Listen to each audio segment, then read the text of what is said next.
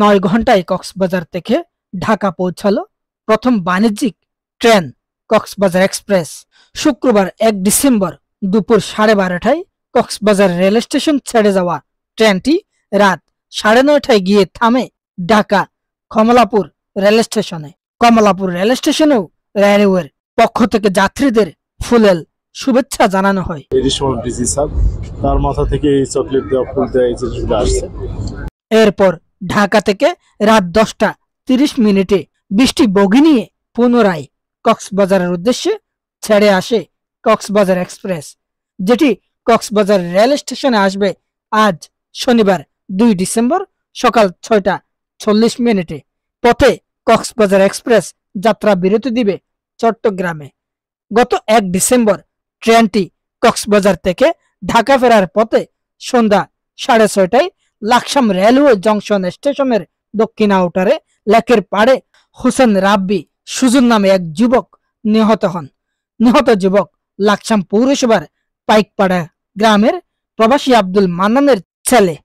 স্থানীয় লোকজন ও লাকসাম রেলওয়ে থানার অফিসার ইনচার্জ ওসি মুরাদুল্লাহ বাহার জানিয়েছেন, ঘটনাস্থল থেকে লাশ উদ্ধার করে থানায় নেওয়া হয়েছে।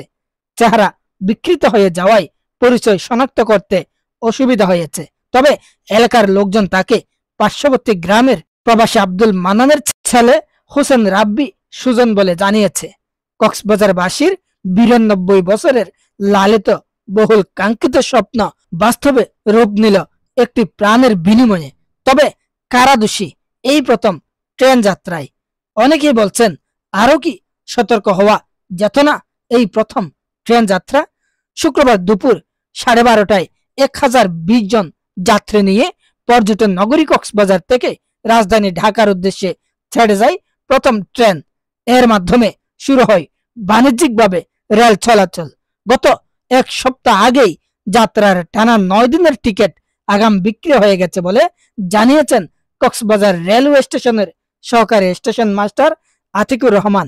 এদিকে রেলওয়ে কর্তৃপক্ষ জানিয়েছে, সোমবার ঢাকা থেকে ও মঙ্গলবার কক্সবাজার থেকে ছেড়ে যাবে না স্বপ্নের কক্সবাজার এক্সপ্রেস নামে এই ট্রেনটি।